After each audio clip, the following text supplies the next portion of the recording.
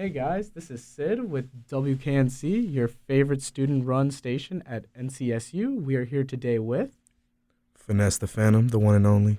Cash Paradox. Awesome. Yeah, it's been really awesome getting to know more people from this label, and I've been a huge fan of your music for the last year now, so I'm really curious to hear like all the different like factors going in that make this music possible. Yeah, awesome. So, first, I kind of want to highlight and congratulate you on like performing at Pack Howell. What was that experience like? I mean, headlining for Waka Flocka is insane, and then like kind of seeing the videos where you're just tapping into that raw aggression in the music was perfect. So I was just curious how like what did that feel like to you?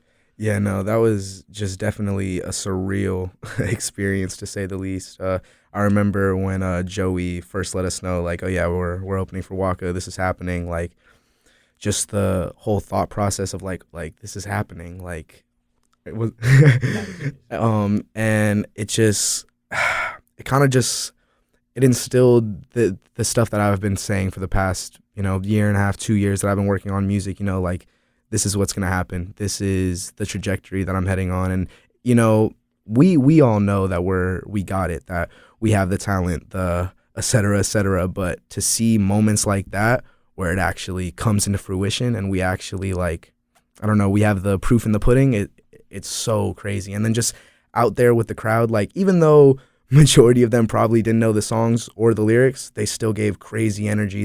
They still showed like they really messed with us. And just that alone is just like the energy is something you cannot replace ever. Oh, that's perfect. That's great to hear. It definitely felt like did it feel like kind of like a level up like from like your usual venues or like definitely. I will say that was my personal like biggest crowd yet. Like, because we had on average we probably do like maybe 200, 150 on an average show. So like seeing 1,000 people just lined up like that, I was like, oh wow, now this is a completely different experience. It almost like removed less anxiety seeing more people, because it was like, oh, I got a bigger show to put on. Like, it was just crazy experience. That's awesome. Yeah, just kind of like seeing the videos and you were like getting all these really great chants going on. Like that was like perfect. Like you were definitely like it felt like you were kind of like a natural up there. Yeah, I will say with performing and just being on stage in general, that is when I feel the most confident and I feel like I can let my artistic expression shine the most. Like, because I don't know, just being up there, it is such like a freeing feeling. Like, I don't know, knowing that all attention is on you, all the energy is compressed towards you. And, it's kind of just like, I got a whole room of people to entertain. Like, might as well just go all out. Like, that is where I just let everything fly. And I will say it was extremely funny because afterwards, there was a lot of people coming up and being like, oh, can we get a picture, blah, blah, blah, like saying how much they loved the set. And I was like, oh my goodness, I've never experienced something like this before. But that all just really like, it's what we work for, man. Like just moments like that, just to be like, yeah, we did that. Like that happened. Yeah, even from like an exposure setting, like even if like you kind of mentioned like some people may not completely know the set, but like now they're gonna look it up, they're gonna research it. It's a great way to like put yourself out there. And like that's great to hear. Congratulations. Thank you, man. Yeah, blessings. And now kind of like to introduce yourself to people who may not know you. Like how would and this can go to both of you. Like how would you pitch yourself to someone who has never heard of you?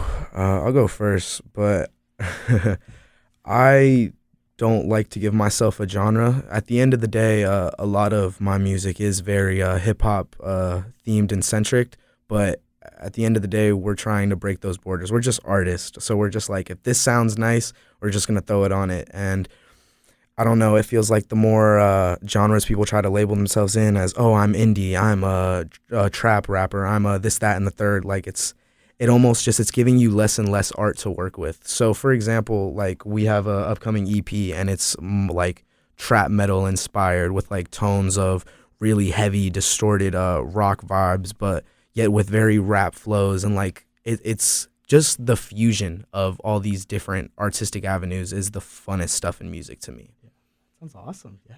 Yeah, for me, I guess I'd say like Finesse said, like I don't box myself into one genre. I kind of just do anything I get my hands on. Like as of most recently, I started doing like Afrobeat music, and like this man got me into like the raging stuff, like everything. Like ever since I'm at 47 in July, like I've just been tapping into a whole different like mindset, like different genres, everything. So yeah, I wouldn't box myself in. If someone asks me who I am, I'm just everybody at once. That's perfect. Everything everywhere all at once. Everything everywhere all at once. That's a great way to describe yourself, and kind of like seeing like the different people on the label, like even getting to talk to Saturn Alias like a few weeks ago. Like Love him. Like he didn't like, but he also doesn't like boxing himself in. I think you can really get that from the music, and I could really get the sense from like listening to your music and kind of going through the discog. So kind of like the way I want to kind of structure this interview is to like kind of go through the discog a little bit. Of course. Like, so I kind of want to go to your album, I would say album. Yeah, debut album. Debut album that came out last year, and it's called The Carnival. And there's a lot to take away from there, but I think one of the main things, and I think I really got that from the first two tracks, was, would you say like Florida and its hip hop sound have like a huge effect on you? Because I could really get that sense from the way you were dropping bars, but like the aesthetic around it. That's crazy you say that. I'm actually a Florida native, so it's so mind blowing that you put those pieces together. And Florida really does, like within these past few years with artists like X, Puya, Fat Nick, et cetera, like it's garnished its own sound. And so like that is definitely just the stuff that I listen to. So now that I got to a point where, I can make my own stuff, of course I had to show homage. And like it is all subconsciously. Like it's not like I'm going into a track and it's like I'm going to make this sound Florida. But it's like at the end of the day, like I'm still legit. Like that's still like in my subconscious. So yeah, no, it definitely, the inspiration's there. Oh, that's perfect. Yeah. And then like it definitely like it sounded very organic to you, but at the same time, like you were hitting all those like right beats like to make it come up. Because Florida rap's a easy key to my heart. So. It's a beautiful genre, man. Yeah. So like how long did you live in like Florida for? So for the first, I'd say about 10, 11 years of my life. And then my family runs Italian restaurants. So I've essentially just moved like every 2-3 years of my life. So I moved around a lot in Florida, different spots like Oviedo, Fort Lauderdale, et cetera. And then we moved up here when I was about 12-ish, 11-ish. And I'd stayed over near the mountains on the west coast of North Carolina, Asheville, for a few years. It's where I really like garnished a lot of, I guess, my demographic and fan base now. And then moving over here, I think, what was it? But maybe like 2-3 years ago, I'd moved over to Greensboro area. And then with Joey Zen going to state, it was just like, I felt so invited by North Carolina just being there within a few years. Because I really do rep North Carolina the most. Like, I consider myself a North Carolina artist, even though I'm from Florida. Yeah. No, I mean, like, so would you kind of say that, like, you got in touch with Florida kind of after you left, almost? Like, in a weird way? In a weird extent, yeah. Because especially, like, I remember when I moved up here, that was right when, like, X had just been emerging from the underground scene. And that is one of, like, my favorite artists. So, like, seeing songs like Look at Me and I'm Sipping Tea, like seeing those blow up as I come over here was almost like I brought a piece of Florida with me. So it was like I see all these people, they start like realizing, there's this guy, blase blah, and it's like, I've been on him. Like he's from the same part of Florida as me. Like it was a very, I don't know what's the word I'm looking for, but just a very nice feeling of just like, I got a little piece of home with me. So I guess you could say, yeah. Yeah, that's awesome. Yeah, I definitely feel the same way with a lot of like the places I've been in the past. So like I definitely can relate to that a lot. So then kind of also going back into the carnival, one of the biggest juxtapositions is definitely the cover art because it's very like, it evokes like a sense of peace almost. It's very vibrant, but then you listen to the album and like first track, you're like, oh my gosh. Yeah. So like, was that kind of like an intentional choice or did you kind of like, what were you trying to like channel in there? With the carnival, so with the cover art specifically, that's made by another 47 member, Austin Sellers. Shout out. And he makes all my cover arts, and I let him kind of just creatively direct that and go crazy. So at first, it didn't necessarily start with that intent or that vision, like premeditated. But I've noticed this with a lot of art. Afterwards, you kind of put the pieces together, like. After you get out of that flow, that Zen state of just making, and then you realize afterwards and you analyze it and you're like, there is a lot here. Because with the carnival, I was essentially just trying to make a metaphor with life, like, and the balance between making your own life heaven or hell. That's why with the first track, it's Dancing with the Devil, and with the final, it's God Sent, because that's kind of like my own balance of life can be heaven or hell. It's really just all up to you on what you want to make it. So yeah, it definitely, yeah. That's really creative, and I can definitely get the sense from that. And I think what's even more like crazy about it is like you do it in like a very like I wouldn't say limited, but like very like like selectively chosen tracks. Hmm. So it's like it's all killer, no filler almost. So like I like that. Like that's and I got that sense from it, especially once we reached the ending track. I was like, oh, this kind of like comes to like a nice arc.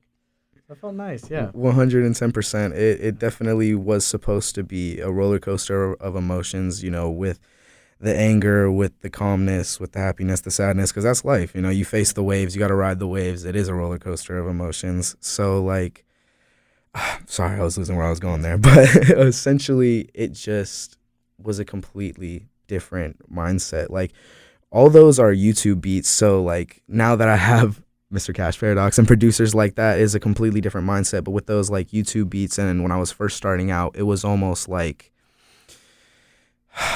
I don't know, it felt more personal in a way, because it was just me, my headphones, and this little YouTube beat that I found. And it led to me just being way more vulnerable, being way more, I guess, raw with the sound. And that's how we came up with the Carnival, yeah. That's perfect. Yeah, no, I definitely got that sense from the album. And I think, like, I didn't actually like think about it until you like told me in that moment. I was like, wait a minute, like, it kind of was in the back of my head. Yeah, no, the pieces are there. So, and then like also another thing, kind of going back to like the stylistic shifts, like like how do you apply like a different pen game per like rap style? Like what is like the mindset you bring in when you're hitting something like Dance with the Devil versus something like Flawless or like introspective like Dreamer? Like yeah, what's that like process like?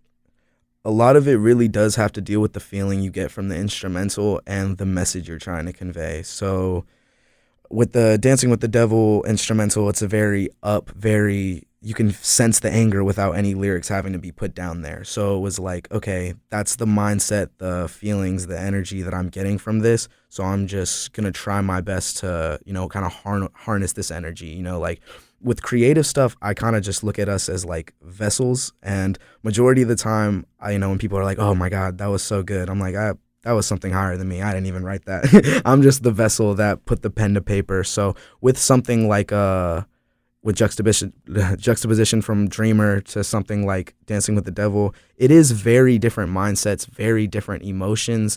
But at the same time, it's not like I have to consciously switch anything up. It's just, oh, this is the feeling I'm getting. These are the thoughts that are flowing. Yeah. It's nothing really forced or anything like that. And I think like just not like trying to force yourself, like that kind of like curves the writer's block a lot of people do, because sometimes they feel pressured to like follow themselves up. So it's kind of good that you view yourself as a vessel. It's like a very healthy way to look at it. Oh, 100%. And sometimes even the diversity can, in a sense, feel like the burn with that writer's block, because it's almost like you have so many options to choose from. It's like, so where do I go? Like I'll try to make a song, and it's like, I made a song that sounded just like this last week. I want to do something completely different. And then when you do something completely different, it's like, well, that didn't sound like how I wanted it to. It's just a whole process nonetheless. And this whole journey I've taken has just kind of been to learn to trust the process and learn that it's going to be straight no matter what. Yeah, that's a great way to look at it. And then like kind of also like directing to you, like, is that kind of how you see like the way you produce? Like, is that the way like kind of just letting it flow through you, being a vessel, or do you have like a different mindset to it? I kind of just let it flow through me. Like, whenever I'm producing, I kind of just, like, find whatever I like. I don't have a vision whenever I go into it. I just, like, find whatever I like and then just start making something around it. And if they like it, then they use it. If not, we move on. But, yeah, like, I let the creativity flow through me, like, on the spot. Oh, that's perfect, man. That's great to hear, yeah. I think, like, having a creative process where you're basically just trusting yourself is, like, scary. Like, I think that's genuinely very scary, especially when, like, you're trying to come up or you're trying to like follow up like something that you may think is like your magnum opus, but like it's like that. So it's good. I'm really like glad to hear that like you guys have kind of like cracked it a little bit, like you kind of like figured your way around. Yeah, and with that, you will never kind of lose the fear when it comes to creativity, because it's almost like the more you try, the less good it sounds in that way. So it's almost like the more experimental you try to get, and the more you're like, I've never heard something like this, the more inclined you are to get that, that negative backlash, those people being like, this sounds garbage, what are you doing? Like, so of course there is always that fear and anxiety of, will people like this? But I think at the end of the day, as long as like, if you can listen to it and be like, I like this, I mean, somebody else out there will. Because I feel like a lot of people nowadays, they try to, like garner to a specific sound, a specific fan base in a sense, where it's like they want to sound like something instead of just doing what feels natural to them and just trying to pave their own little way. It's crazy. It's a great way to look at it. Mm-hmm. Yeah. So then kind of also moving into like that creative process, like what are like your recording sessions like? What are your producing sessions like? What is like the feelings you try to evoke, and is it like, do you try to make it specific, or do you kind of just like also like apply the way you do with like your creative process? Oh goodness, the sessions are okay. So with the collaborative sessions, it always just feels like friends hanging out. Because at the end of the day, when you're making a collaborative piece, and I've learned this a lot just being in 47 and having all these collective mates with me to make music with, the chemistry is the most important thing. You know, you're in a room full of talented people already, but if you guys don't mesh well together, that talent is pointless. So at the end of the day, we can spend, 3-4 hours just playing around with some sounds, freestyling, blah, blah, blah, and then 30-45 minutes of actual, all right, let's sit down, let's focus. Like, you can get so lost in just how fun and great the energy is that, like, sometimes you forget, oh, yeah, we just made, like, how many songs tonight? Like, that, you just get so lost in the moment, so lost in the vibe that it's just, it's a feeling you can't replace. What about you? Literally feels, yeah, like he said, like just hanging out with friends, just having a good time, really, because the more serious you take it, like the more you go into a session, you're like, all right, we have to make this song, like we have to do this, like it's just never gonna turn out good because it's just a forced action, like just forced creativity. Whereas like if you guys hang out for a bit, just chill before the session and like gather up some creativity, watch some YouTube videos, or like listen to some music before we do that, then everything works out so much better. So like, what are like some of the things you guys use to like promote that creativity naturally? Like, what videos do you guys watch? Like, what songs do you guys pick? Like, honestly, a lot of the times it will just spawn out of boredom and just being like, you guys want to go cook? But sometimes it will be, oh, we're watching a documentary about the history of music, and then we'll be like, damn, I'm really inspired right now. Or we'll watch an interview, performance, blah, blah, blah, and you get that spontaneous inspiration right there, and we're all just have that consensus of like, yeah, we need to be there. Like, but yeah, it feels very just spontaneous, very natural. I don't know. Yeah, it comes out of the middle of nowhere, really, because especially for me, like, I don't, like, it's only certain times where, like, we actually get our creativity off something else. I said that, but, like, at the same time, like, most of the time, like, my creativity kind of comes from, like, outside influences sometimes. Yeah. Like, for example, like, I go to play soccer, and, like, I'm feeling refreshed. I'm like, okay, I'm ready to make a beat.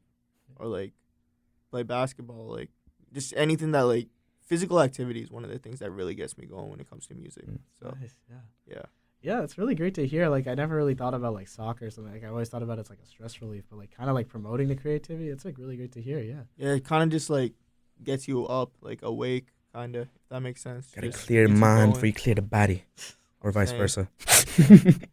That's perfect, yeah. And so, like, also, like, kind of moving into this, like, what is it like recording with these features? Like, do they send in their verses, or do you like to have them, like, kind of come into the studio and, like, record next to you so you guys can, like, work off a vibe? I know you kind of mentioned that it's, like, a bunch of friends recording, but, like, kind of expand on that. Like, what is that like? Honestly, personally, it feels like 80% of the things we make are very natural in the moment. Like, you kind of have to be there to, experience it, which sometimes sucks because sometimes you'll hear a crazy song, you'll be like, oh, let me get on that. And you're like, sorry, you weren't there.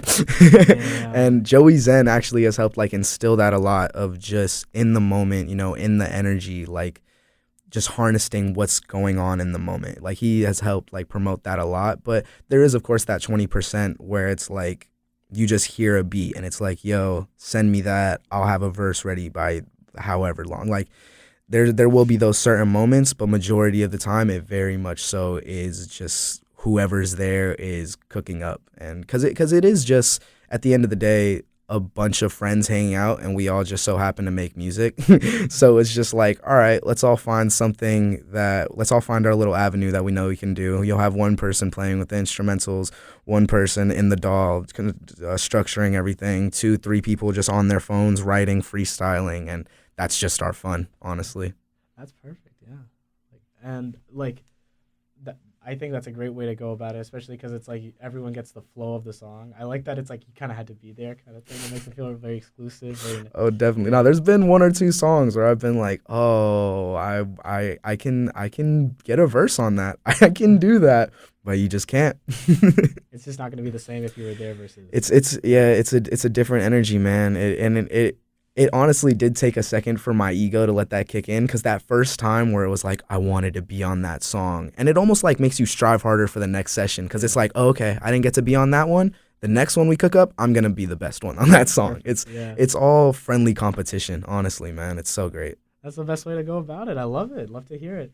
And then I kind of want to go into like Yahweh a little bit. That's a song that really stuck out to me. There's almost like this grand nature to it. Like it's almost like it matches the title perfectly. But like that is like something, especially when we get into Phantoms versus Reapers, like you definitely go back to that sound a lot. But it's like, do you like tapping into that grand sound? Like, do you like aim to go grand, like kind of epic?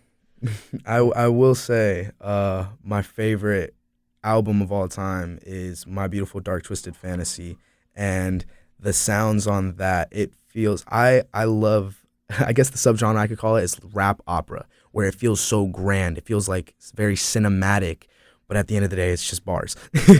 That is a beautiful sound, and I think you can convey a lot of poetry on that, because it just feels like you're listening to a movie, you know? Like it feels like you're getting immersed into this epic symphony, and yeah, no, that is one subgenre I can always lean back to. Yeah, that's perfect. Yeah, like I think that if there's any album that encapsulates that, it's that one. Like you literally start with a story that says "Once Upon a Time." It literally ends like that, and then it ends with like a nice. Can we get much higher? Like literally, it's perfect. Like I love it. It's like that is the perfect. Like I love albums that tell stories. Like, do you think like 100%. That's something you're gonna explore like further on? Like you want to incorporate narratives in there? Oh, 110%. I just love taking a concept and really running with it. Like how I said with the carnival. I mean, that was my first little taste of putting a cohesive project together with all these songs. And once I realized, like, oh, I can go very deep with this by being extremely vague. Because it feels like, I mean, art is all just interpretation. So I can honestly make something extremely vague, have no substance or conscious behind it, but somebody out there will put some deep meaning to it. So just hearing all the different interpretations of that, I would love to create that feeling even more. Like, for example, this upcoming EP that me and Cash have, it does kind of take a concept in a way. So this kind of loops back to the question of, do you guys watch anything to get inspired? It was my birthday, and I was watching Death Note, and we cooked up that Rager thing, and that just spawned a rabbit hole of just the sound I wanted to go for and the theme that I wanted to go with, essentially battling my fear of mortality and really instilling the idea of everything is going to be okay. You know, don't ever worry about your time. Like when it comes, but you just know you're okay today and you're going to live to see tomorrow. Doing that within just screaming, like it's a really different feeling, a really different process. So yes, I love concepts. I'm going to be going into them so much more in the future. Perfect. I think like the concept albums definitely, I wouldn't say dying out, but you don't see it too often these days. Yeah, no, it just feels like a mixtape, bunch of songs that they made, and it's just like, all right, here you go. No, that's what I'm saying. Like, and then like you'll like once in a while you'll come across like a great narrative, like Forever Story or something along those lines, and it's just like fantastic. Mm-hmm. So like kind of going into like this narrative idea when you were working alongside Finesse the Phantom, like for this mixtape, like did you work on like escalating it, kind of like telling a whole story, or did like you kind of like pace every beat out and then see if you can like make a connective tissue? Like what was the? Yeah, kind of just like see if we can connect it. So basically, the way this happened was, so yeah, we made this song called Mayday. It was me, Joey, Zen, and Kutta, and after that, like, because that was my first time ever making a beat like that, like a trap metal beat. So I went into it, and he hopped on, they all hopped on, and I was just like, all right, this is fire. So from there, he asked me, like, yo, you want to do a 4-pack? And I was just like, yeah, sure, why not? Because I just wanted to see, like, how deep into this trap metal stuff I could go. Yeah. So we ended up just like well, here's the thing, like I would sit down, I'd make a beat. If he liked it, we'd just hop on it, and like based off that, we just did that like 5 times, and then the 5 songs came together. Yeah, no, it really did work out a little too perfect. That's perfect. Yeah, like sometimes it just happens to fit really well. I'm glad like you could just like kind of like just found yourselves like as a good collaboration duo. Oh no, 110%. Like I said, I mean, my first project was like YouTube beats, so to be able to have a producer convey those type of, you know, feelings that I want to convey in an instrumental, like that is a crazy feeling that I'm just now realizing isn't normal. Like it's I don't know. I will say it feels like my music has elevated ever just so much since like collaborating with him, people like Willie Do, JRC, other members in 47. Like it just it drives you to be better 110%. That's awesome. Yeah, that's great to hear. Like I'm really like interested in this EP. Like I'm really curious because like trap metal is like the most unexpected genre to come out in the last few years. I will say that much. Oh, yeah. And I think like just hearing like new takes on it and interesting spins on it, like kind of taking this introspective take on trap metal is I'm very curious to see what that's like. It is a very interesting subgenre, a very interesting sound. I mean, there's one track on there that we have with Kutta where he mixes like the funk side of trap metal that you would get from like 3-6 Mafia, Suicide Boys, but then there's a beat switch where it has like UK drill drums in the back. It's like I remember hearing it. I was like, you mixed funk, trap metal, and drill into a song. I've never heard that. Like it was just one of those moments where it just took me back, and I was like, oh, this stuff is possible. You can still make new stuff. Like it's a crazy feeling. So big brain. Wow. I'm really curious now. I'm very, very curious. We'll show you a song after this. We got you. And so kind of like before we move into Phantoms versus Reapers, I do have like a few like individual questions for you, Of Cash. course. So kind of like what exactly about producing, like did you really connect? Like what was like the baseline interesting thing that really caught you? All right, so here's the story. So when I first ever made a beat, it was like for a school project in 8th grade. So basically we were like supposed to make a rap song about current events. And everyone was using YouTube beats, but I was just like, nah, I'm producing my own beat. So I got on GarageBand, He's like different. I made like this dance beat, and I just rapped on it. And like after I got 100 on that, I was like, all right. I hadn't produced for like maybe 2-3 years after that, but then I hopped on FL Studio, and then I got into that. And 2018, I just started getting into it more and more. And the reason I really got into it was because like I had the music background. I've been playing the violin since I was 6. So, like, I had the music theory. I knew what to do, like, what drums should sound like. Like, I didn't have any, like, but here's the thing. I didn't really have much like, experience listening to much, like, popular music. But just based off what I knew, what I've heard, I was just like, all right, I'm going to go into it and see what I can do. So, yeah, that's basically how I got into producing. That's perfect. And That's awesome. After that, I just kept building, and here I am. Yeah, you just got to get that ball rolling, and then next thing you know, it can be something as unexpected as a school project about current events. Yeah, literally. That's awesome. Yeah. That's Did you get an A+ on that project? I got 100. That's Hey, okay. as you Got should. 100. We love to see it. We love to see it. And kind of also another question that I had was like, what is like, you talked about like not having many references when you first started, but like kind of like going in, like now you're telling me you've experimented with like Afro beats, trap metal. Like what are some like prime producer inspirations? Like who are your like foundational texts? Metro Boomin. Metro Boomin, make it boom. I'm telling you, like, the reason I use FL Studio is because of him. Like, before, when I first started listening to rap music around the age of, like, 15, 16, I was listening to Metro beats, like, Southside beats, all of that. So, I was just those are kind of my inspirations. Like, I don't make much, like, I still make trap, obviously, but, like, I make everything now. So, like, they're not fully my inspirations anymore. But as of, like, the beginning of my career and, like, coming up in Metro, Southside, like, even my homies. That's awesome. Yeah, no, it's crazy like how much like those two in particular, along with 808 Mafia, like it just produced so many songs from like our middle school, high school. They're They're new like age Pharrell. and then you got Pharrell, and then you got like people like Pete Rock, and you're going all the way back. But like those are like the foundational texts for us, like our generation. Those are us. So it's great to hear that like they're kind of already paving a way for new people, and like you're already using them as your own. Like, they're like the pioneers of this. Yeah. That's awesome. Definitely. And then also, like, what are some songs, and you can kind of like describe them because if you don't have them like out or anything, but like, what are some songs that you produce that you think encapsulate like your best work, or like, and you can kind of describe them or give us like a point of reference. I consider my best work to be stuff I played the violin on. Yeah. So, for example, I have a song called 6 a.m. in Brighton with this UK artist RD, and that was like my first song that I had like in a different country. But basically, I'd send out some like samples of me playing the violin, and they just used it on a beat, and then it got placed with this guy. So I'd say that's one of my best pieces. Like just my UK stuff in general, UK, Italy, like all the international stuff I really like a lot. As far as like music I made with these guys, I'd say like this is a song that me and Joey Zen have called "Won't Be Sold." Crazy song. It was a great experience working on that, and like that's probably like one of my favorite rap songs I've made.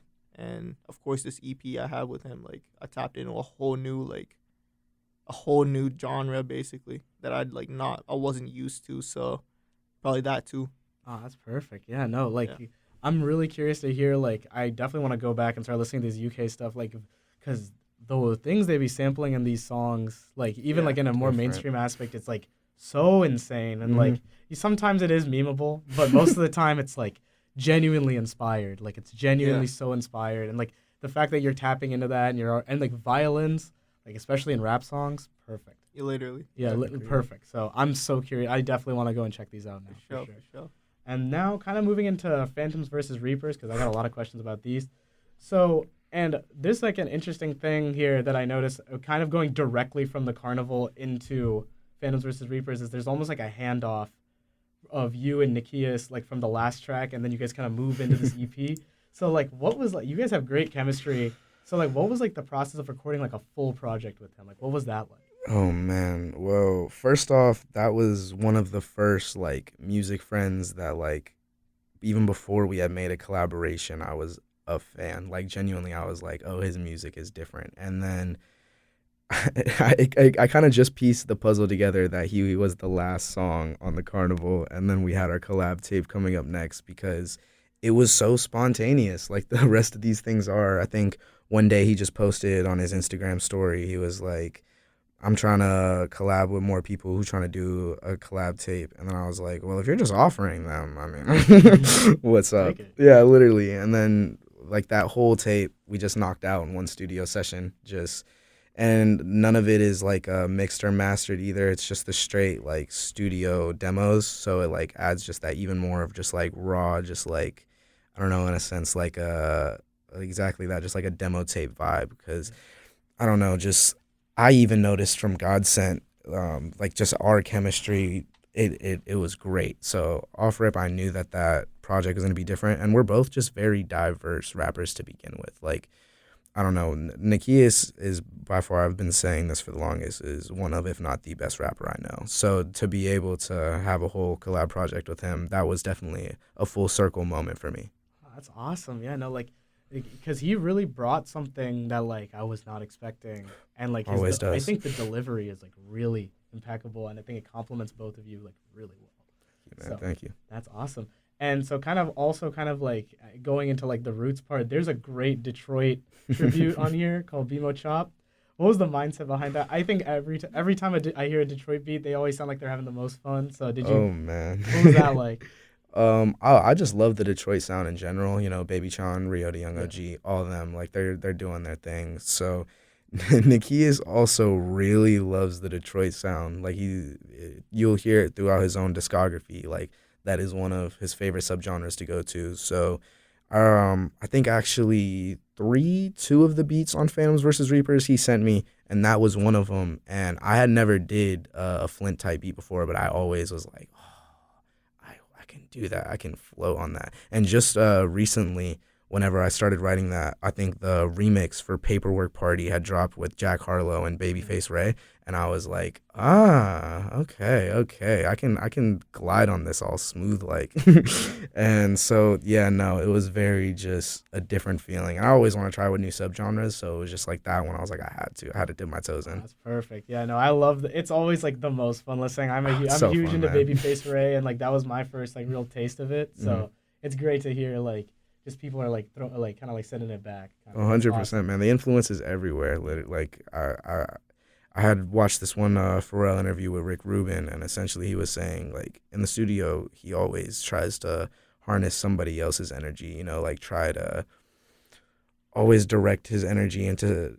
You know, you can't always be in the comfortable, especially as an artist. You're always trying to get, in a sense, out of that comfort zone, because if you're in the comfort zone for too long, you're just making boring stuff. You know, it's too easy. Like there will be times where like Cash will pull up a sample, and then me and Joey will just be there as like quality control, just like, yeah, that one. And we'll be like, too easy.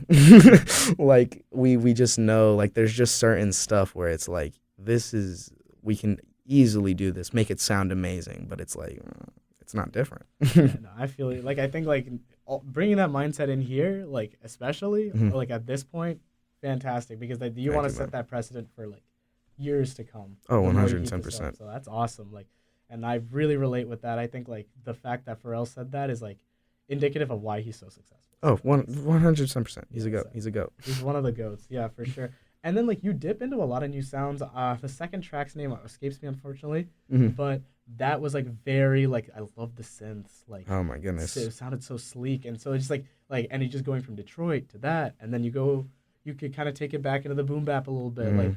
Like that's so interesting. It's like, what was like the intent behind that one too? Was it also just more riffing, more? Yeah, with that one, all of those were like YouTube beats. They were just like beats throughout. Like we had just had in our vault for months, just like, oh, this will be fire. And looking back on it, every single song sounds very different. And the second and fourth track are actually solo tracks. So the second track is just Nikias, and the fourth track is just me. And that second one, I believe, is a Dog Eat Dog World.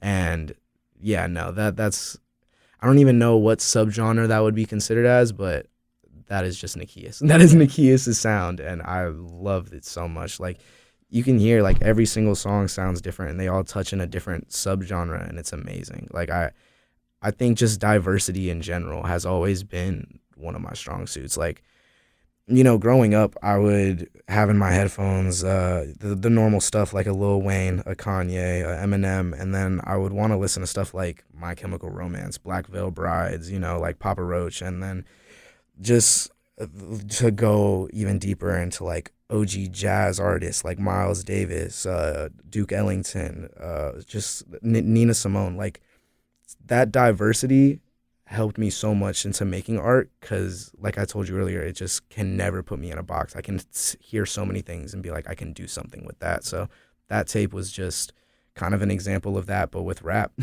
Perfect. Yeah, no, like and kind of hearing like you have this huge frame of reference, like you can take so much from that 110%. on the sample level. You totally could. Like, it's awesome. That's great to. Also, Nina Simone has done so much for samples. We love her. But kind of seeing where it was, and you kind of went into this, but like, and this kind of goes into like you guys' like collaborative like environment. Do you ever like request like a specific type of vibe with your beat, or do you just kind of see what's in the vault and see how you flow on it? Like, or is there like a little bit of a mix of the two? Yeah, it honestly feels like a mix of the bag. There is some nights where we'll just go into a session. I'll be like, Cash, make me a hyperpop beat. And like that'll just happen. But a lot of the times it really is just natural in the moment. Oh, you guys want to cook? Okay. He'll find a sample and then he'll be like, y'all like this? Okay, bet. Give me a sec. And then 15 minutes later, we all are just heads in our phones writing. That's awesome. Yeah. Like, and does that kind of like keep you on your toes in like a really good way? Yeah, I'd say so. So, yeah, I just go with what the artist wants. Like I just, as a producer, my job is to like facilitate my artist vision. So I just kind of go with the flow. Like he said, just pull up stuff, and if they like it, then we go in with it. Oh, that's perfect. Yeah, no, that's great to hear. Like to hear there's like a nice bit mix. You're surprising each other, but at the same time. Always, man, always. So now, kind of like some general questions. we've kind of talked about like the projects that you're proud of or like the songs you're proud of. But, like, what are some of the songs that you've released or maybe even unreleased that you think are like your most like that's your crowning that's your crown jewel right there? Released the 3-pack A Journey to Realize with me, Joey Zen, and JRC, my 2 cousins, brothers. Oh my goodness, that 3-pack of theme song, True Love and Talk of the Town. I think all those songs are perfect, and the fact that we like made it within, I think it was in a span of like a week, and then we had like those 3 tracks and then like 5 other more that we just were like not good enough. Like those 3, I think, showed off our energy so well, and it's like it is a go-to to show people like, okay, this is my music, because it's the production quality is very high, the mastering sounds amazing, our lyrically, all 3 of us, some of our best works, and it's just the sounds all together is crazy. But unreleased definitely would have to be this upcoming EP that I have with him, like, because I always have been a fan of that trap metal rage sound. I've always wanted to convey that anger in some healthy way, and Dancing with the Devil was like my first little taste of that.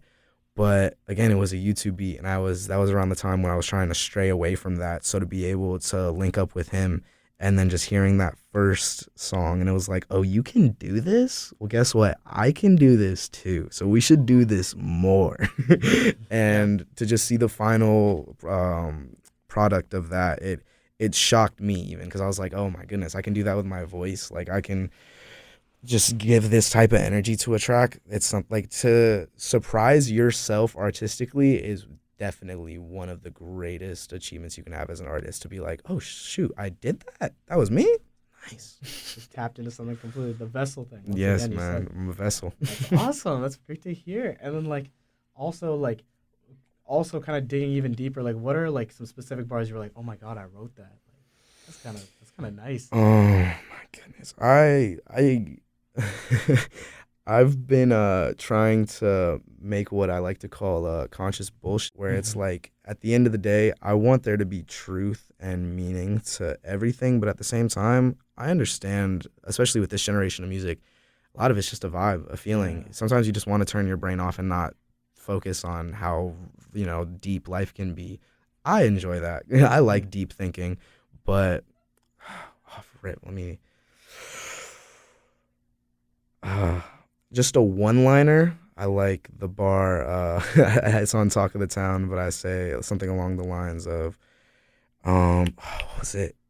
I think along the lines of like, we got demons off angel dust, and I was like, oh my goodness, I did that. But there's one setup that I really have where it was like the first time I did like a step 1, step 2 type thing, and I say, lesson 1, take your rose tint, burn it to ash. Lesson 2, nothing matters, so go make your damn cash. Lesson 3, smoke some green, simply laugh at the past. Lesson 4, walk out the door and tell the world kiss your ass. And that's just essentially like, that sums up my whole like perception on life of just optimistic nihilism, and essentially just being like, yeah, all of this is fake, and I can be negative in a way and just be like, oh, nothing matters, but I'm gonna go out there and find something that matters. Like, I'm not gonna live in that ignorance is bliss mindset. Like, I'm gonna just go get it, man. That's perfect. That's great to hear. And like, also, like, what's really interesting about the optimistic nihilism thing is Saturn really said the exact same thing for when he was applying it to his music. So that's like really cool that like you kind of have like that. That's through crazy. Yeah. So like that's really great to hear. I think like that's especially like that bar. Like I think having like a structured bar like that and keeping like a good rhyme scheme is like really difficult. Oh, rhyme schemes are easily one of the funnest things I like to go with, and I've been branching out into that a lot more recently. But one of my favorite artists of all time is MF Doom, and seeing the way he would mix his rhyme schemes and rhyme patterns and how many he could fit within just like 4 bars always blew my mind. And then like there would be other rappers like of course like Biggie and then like Earl Sweatshirt, where I would see them kind of do the same thing, and it's like you can bend your words to make just this. Rhyming in itself is just a completely different avenue that I'm still trying to go down. But yeah, no, it's so fun to just make all these different rhymes. Yeah, the rhyme schemes are so interesting, and like the more you can like stretch it out, like the more when you realize like you can like take advantage. Like Doom is unprecedented. Like the things he can rhyme words with is like insane. Like that man definitely has like a dictionary on him for sure. Oh, I feel like he was just a walking dictionary. No, like literally. He was definitely like that for sure. And then kind of also go like asking you the similar question to what I was asking Cash. It was like when did you realize like rapping was your true calling? Like, oh my god, like the moment you were like, oh, okay, I should like take this a little bit further. I feel like the the stones were always in place, you know, like the seeds were always there. Like one of my earliest memories is I would be in pre-K kindergarten singing Justin Bieber to all the sixth grade girls, and they would be like, "Oh my God!" And then that, you know, little taste of performing. I didn't even realize this, you know, however many years later, that was one of my first instances of, oh, I really love performing in front of people. Like I love just being able to just go out there and let it all out. So like, I'm sorry, repeat the question again. I lost it. Yeah, it's just like when did you realize like that was like what was like the key moment? It was honestly a few years ago when I moved to North Carolina. I had felt extremely isolated, and it seemed like I had to do something to not go down this unhealthy road. Like I had to do something, and I always loved music. I always had my headphones in, and I was always a deep writer. Like I would be great with writing stories and even poems that wouldn't rhyme or whatever. Just to be able to convey that thought into writing was always something very deep and personal to me.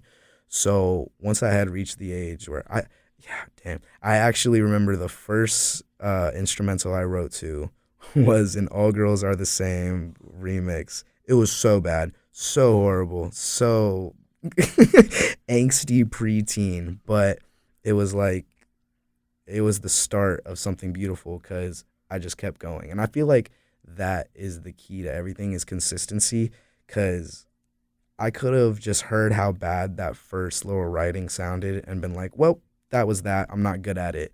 But I spent the next few years just keep writing and writing, and new opportunities kept going up, and I would keep taking them. And it just felt like I was progressing so much rapidly. Like, it's just, this is what I was supposed to do. A true calling. Yeah, really, man. Like I said, everything is written in the stones itself. I'm just kind of here observing. That's awesome. Yeah, no, that's a great way to look at it. And I think like the fact that like even just realizing like this was like I love performing for people in like the most funniest way. That's crazy. And I can really see that in the way, and the kind of moving into your live performances, like how is it like tapping into that raw energy of like those songs? Like I saw your Dancing with the Devil video where you're just on there going crazy and you're able to really rile up that crowd. Like what's that like kind of like tapping into that energy, like matching the song? The best feeling I can relate it to is like a drug high. It really, being up on that stage and just letting it all go, it's like, whoa. It has given me a new realm of confidence. It has given me a new realm of like determination, like, because there's been multiple performances where after Dancing with the Devil specifically, after I'm performing that song, I'll just go in the back and just like pass out for a few minutes.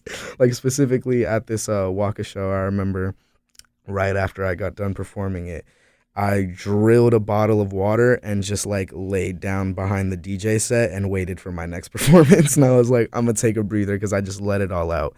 But another thing I tell people when I'm performing is I don't even remember a lot of it. Like, to go deeper into that vessel thing, like, it really just feels like, all right, I'm up in front of that crowd, there's a switch. You know, it's like a game time decision, like an MVP going into his game, or just something like that, where it's like, okay, I'm in a different area, different realm, switch. And it's subconscious, but it always happens. Like, it never fails. Love to see the confidence. That's fantastic. Gotta have confidence, because I don't know, my confidence in myself has really just kind of infiltrated everything else in my life, because there was a point in time where I wasn't this confident and I didn't see myself in this light, and it felt like everything was so much more negative and the world was so much more against me. And now that I have this new perception, new outlook, it feels like the world is in my favor. It feels like, it feels like the path is kind of being carved for me, and since I'm trusting it, I kind of get little glimpses of where the path is going. Like, I'll never fully know to the extent of where this is going, but I know it's where it's going. That's fantastic. That's great to hear. No, and I can definitely see that in the way you're performing. So that's great.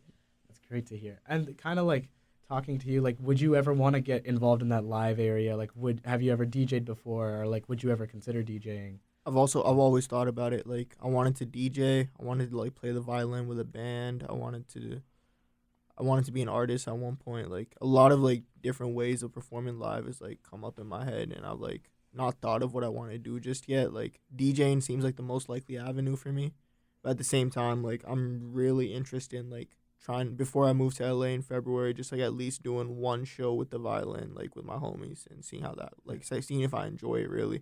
Yeah, so this label's the perfect one. I can just see like I could honestly see you guys like finding a way to like fit that in. So I think you should totally pursue that. That sounds fantastic.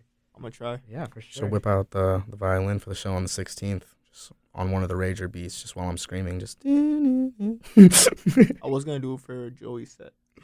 Oh, so that's I'll have my fire. violin with me. For context, for listeners, we have a upcoming show for the EP we've been talking about this whole time, and it's gonna be in Greensboro, and it's essentially a whole listening experience. Definitely got a lot of influence from Donda, because that was like one of the first experiences I had went to, and yeah, we're just turning this into a whole thing. So I'm glad hearing that, because that's also one of the times, like only times I've heard you say that. So it's like that's gonna be another instance. That's awesome. It's great to hear. I'm really excited to see that.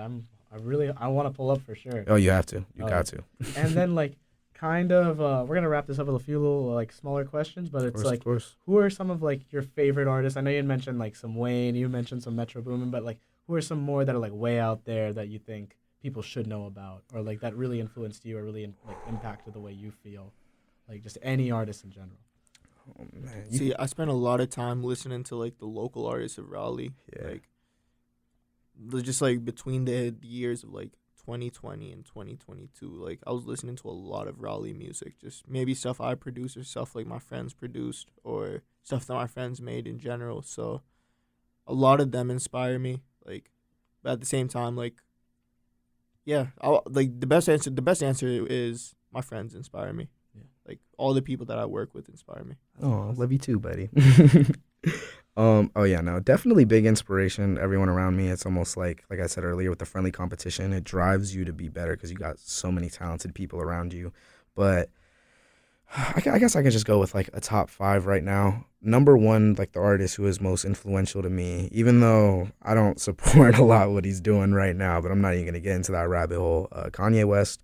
His music has helped my confidence, my perception, and a lot of things in so many different ways that, like, I always just got to give kudos where kudos is due.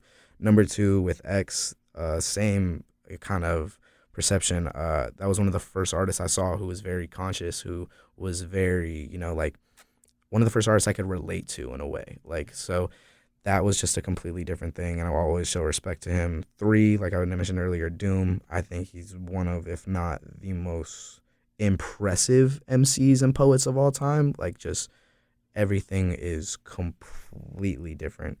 And then let me try to make these 2 less rappy. I gotta throw in Queen in there because Freddie Mercury is one of my biggest stage presences, like influences on that, like seeing the way he was so free on stage, like, and just how deep all the songs were. It was just, that's an influence I gotta throw in there. And then Ozzy Osbourne, because with the performing again, that just with the influence of just, that was one of the first people who I heard like, oh, he bit a bat on stage. All these wild things where you're like, what? Like, people can just do that? And it's like, yeah, he did that. It's crazy because it's like I'm not as well versed in metal, but like just hearing like the stage presence is the one thing you'll always like. 100%. If you ask anybody about like an AC/DC, Led Zeppelin, like Ozzy Osbourne, it's just like their stage presence is immaculate. Like, and it's just raw energy. Like sometimes there won't even be like a full like set backdrop. It'll just be like them just screaming and bringing it, and then everyone will reference like that specific time and that specific place. Like Queen's got his, like, the Live Aid concert. I was just saying, everybody knows Live Aid. Everybody knows Ozzy bit a head off a bat. Like, those are so iconic. Yeah, like, those are just things, like, you can, like, root it back like that. And I think, like, aspiring to have that, hopefully you don't bite any bats on stage. But, like, still. Like, I do not feel like biting any bats on stage, but I will say it's just wild that somebody even had the guts to do that. I just think energy in general. I mean, to go deeper into it, we are all energy. Everything around us is energy. So when you go into something like that with musical energy and the feeling that something like art can give you, being on stage is the best way to convey it because you're just encapsulated into it. You're immersed into it. Your whole body's there. You're giving off everything in you, essentially. So I think that's why we do look back at these artists and we're like, wow, that energy was wild, because they just kind of let it all out. Yeah. Like, it's such a therapeutic thing, man. Like, I gotta advise everybody, like, if you feel creative or are artistic in any way, shape, or form, but you're just like scared to do something or fearful of what the next step may be, don't. Just take the next step and kind of deal with the consequences later, because it has helped me in immeasurable ways. That matches the bars you were telling me earlier, the lessons. The lessons are everywhere, man. Gotta plant some in. Yeah, and then I think for my last question, because I'm shocked I actually haven't covered this yet, but just talk about like the collaboration culture in 47 Eyes on Me. Like, how has that directly impacted you guys? Like, I've heard like so many great things about how it's just a great like culture that like really just is established on like friendship and growing together. So like, how do you guys like personally feel about that? Like, what exactly really gets, like what is like the crowning part of it that you think is like you're glad to be part of this community?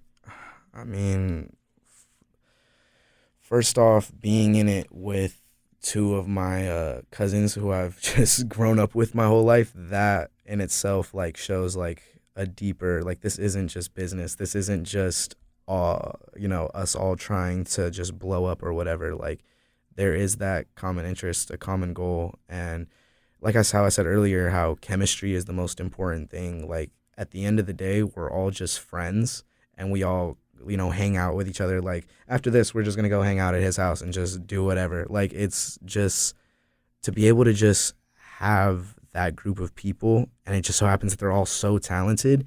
It is motivating, inspiring. Like, I've always stated, and I will always give respect, I would not be where I am at all without 47. I would not be where I'm at all without Joey Zen and just everybody in that clique. Like, they have done immeasurable things for my trajectory, my journey, and my career that I can just never repay them for. Like, it's just all love, and that's a family at the end of the day. Love to hear it. That's so great to hear, especially like having like a group of just people that are so like-minded and want to see you succeed. It's hard to find, and the fact that you have that, oh man, yeah, and you treasure it, perfect. Like, can you kind of go into that a little bit? Like, what exactly do you love, like, collaborating in that environment? So like, yeah, so like I said, like, just meeting them in general, like, at first, like, when I first met them, like, I just knew that they were good people, and based off that, I was just, all right, let's work on music. So we worked on music, and like, it's just the way we work together, really. Like, we just have great chemistry inside the studio, like chemistry that I haven't seen with any other artists I've worked with, and everything just flows so smoothly. So I just really like how we're able to be on the same page about everything.